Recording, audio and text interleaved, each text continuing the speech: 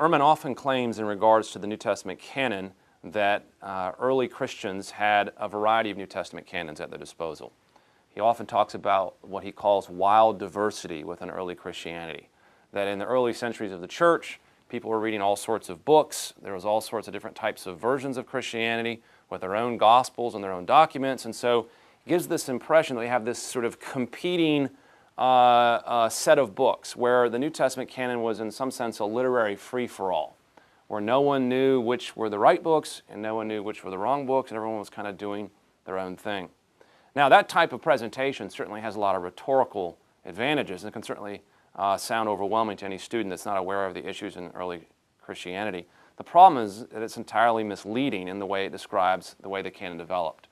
If one wants to portray the New Testament canon as developing in a way that was entirely haphazard and open-ended until the 4th century, that's simply not the case.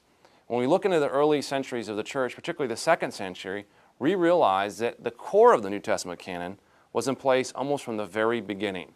What do we mean by core? What we mean is the 4 Gospels, Matthew, Mark, Luke, and John, and at least 10, if not 13 epistles of Paul.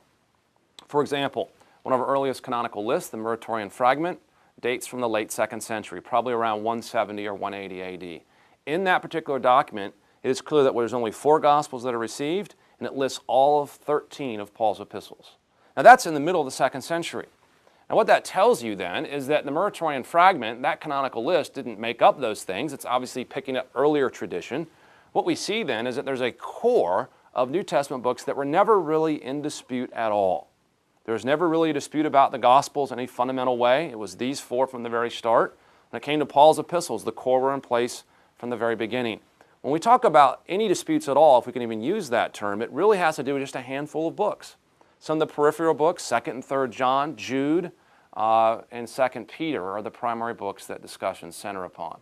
But to portray the New Testament canon as entirely open-ended is entirely misleading because the core was there from the start. And if the core was there from the start, then decisions were already made about the divinity of Jesus. Decisions were already made about who he was and what he came to do. Decisions were already made about the nature of the gospel message. So irregardless of what was decided about 2nd Peter or Jude, the trajectory of Christianity was already determined from a very early time, much earlier than most people realize.